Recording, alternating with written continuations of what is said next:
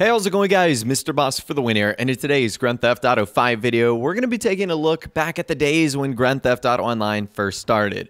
So this is a post that is kind of blown up on the Grand Theft Auto Online Reddit from a user, Polite Rude Boy, and basically the title was just a question that said, remember the days when Grand Theft Auto Online first started? And that's exactly what we're going to be doing today. So what I want to do is, before we jump into this at all, right now, go to the comment section and write when you started playing. Did you start playing on day one? Did you start playing yesterday? Did you start playing, because you got the game for Christmas in 2014 or 2015 or for your birthday or something like that? Let us know when you started playing, because the Grand Theft Auto Online that we have now in late 2017 is so different than the one we had in the start in October of 2013. And we're going to be talking about some of those differences today. So this is just going to be me running through a couple of different things that I think are interesting, kind of reminiscing about the days when Grand Theft Auto Online first started. So the first bit was the tutorial. So it took me about 4 hours to get through the tutorial. The servers kept freaking out, and I literally had to do that race against Lamar like 18 times. It was totally ridiculous. But then I remembered that's when we got the stimulus package. Rockstar said, listen, our servers were terrible on the first couple of weeks. Here's a free like $1 million or whatever it was. So that was pretty interesting. Back in the early days, when you died, you would actually lose $2,000 every time. Could you imagine if that happened today? People would be going poor so quickly that, it would just be crazy. I remember doing the missions and all I had was a pistol and a micro SMG. Right now we have this arsenal of weapons like RPGs and miniguns and snipers and stuff like that. So it's funny to see like how bare bones things were in the beginning. Of course, we have to remember the mechanic. He would bring by your car, and sometimes he wouldn't bring it to the right place. You had to teach him a lesson. You had to get into a fist fight with him. You had to beat him down a little bit, rip the mechanic, Johnny on the spot. Man, what a guy. I don't know about you guys, but back in the early days, I used to like do things like robbing the convenience stores, and I used to do all like the Simeon import-export cars. I thought that was like the best way to make money, when it turns out that it took such a long time to do. Now, one fun thing that I did do for money was chase around those armored cars. That was actually a lot of fun. Sometimes they'd just keep respawning over and over and over again, and it was really cool to chase around the armored cars because they would show up as a little indicator icon on the minimap. And when you would do that, like everyone in the lobby would converge on that location. So it was a lot of fun to try and do that. I also remember saving up, I think it was like 200 grand for my first high-end apartment. And at the time, you couldn't even do anything in the apartments. The high-end apartments did nothing for you because back in the day, there were no heists to plan.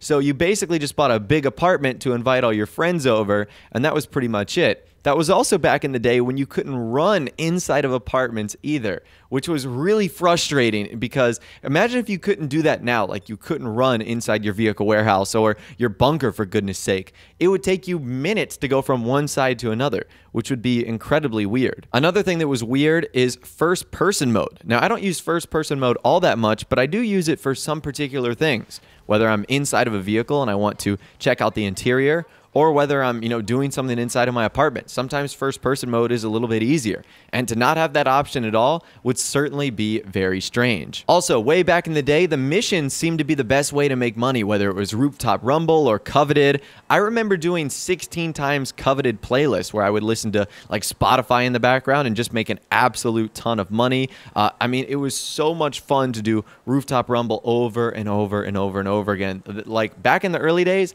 that's pretty much how I made all of my money in Grand Theft Auto Online. And nowadays, almost no one does those sort of missions anymore. Another one was Violent Duct, getting about $9,000 every 2 minutes. That was, of course, before Rockstar halved all the mission payouts. So, man, those are the good old days when you could really make a lot of money. I also remember way back in the day, not a lot of players had the collector's edition stuff, like the Hot Knife or the Chameleon or the Hammer or the Bullpup Shotgun. And I would always see players wanting to either drive those cars or have people drop those weapons so that they could use them. Now you can just buy the Hot Knife or the Chameleon on the website, so it really isn't all that big of a deal. I also remember glitching protagonist vehicles into online. So for example, like Franklin's Buffalo and Trevor's truck, because at the time they weren't on the website and we couldn't buy them. Back in the day, the Tailgater was one of the rarest vehicles we had, and hunting for that was really awesome. Like if you found a Tailgater, that was an incredibly rare car. Now you can just buy it on a website. I also remember back in the day when the insurance wasn't the way it was. So for example, let's say someone blew you up with a tank, you would have to pay for the insurance cost, which that doesn't make sense at all. I'm really glad they actually changed that. I also remember back to the High Life update when we were freaking out when we could own 2 properties. I mean, that was like the coolest thing ever. Now we're complaining that 6 or 7 isn't enough.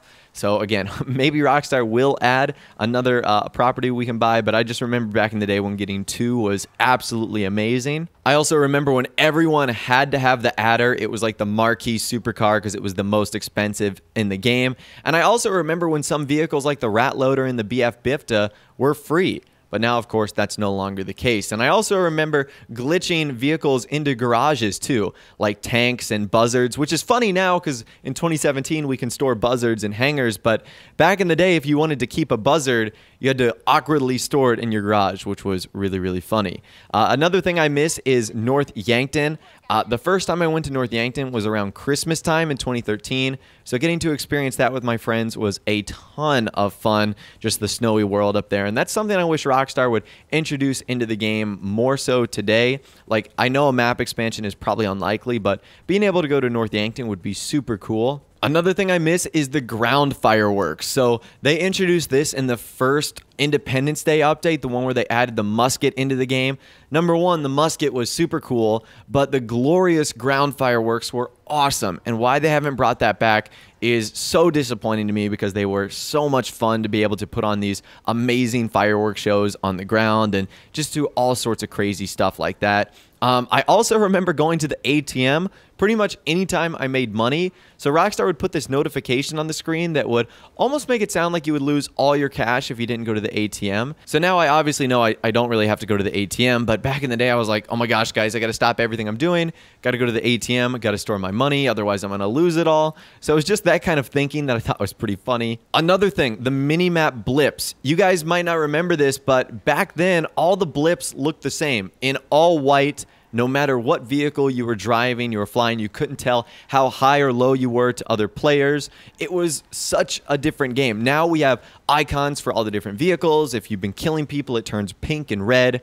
So again, just crazier, different times. There's been some good changes, and there's definitely been some bad changes to the newer version of online. But really, that's all I've got for you guys in this video today. Just reminiscing and remembering some of the more interesting things we did in online back in the day. Like I said, I want to hear from you guys in the comment section down below. When did you start playing? And what are some of the things that you used to do that are super cool that you can now no longer do or don't have a need to do anymore in online? Like I said, I'd love to hear from you guys down there. If you did go and enjoy this video, though, a like rating would, of course, be awesome. And also, subscribe to my YouTube channel if you are new or you like daily GTA 5 videos like this. With all the way, guys, like I said, thanks so much for watching. Take care, and I'll see you guys in the next video.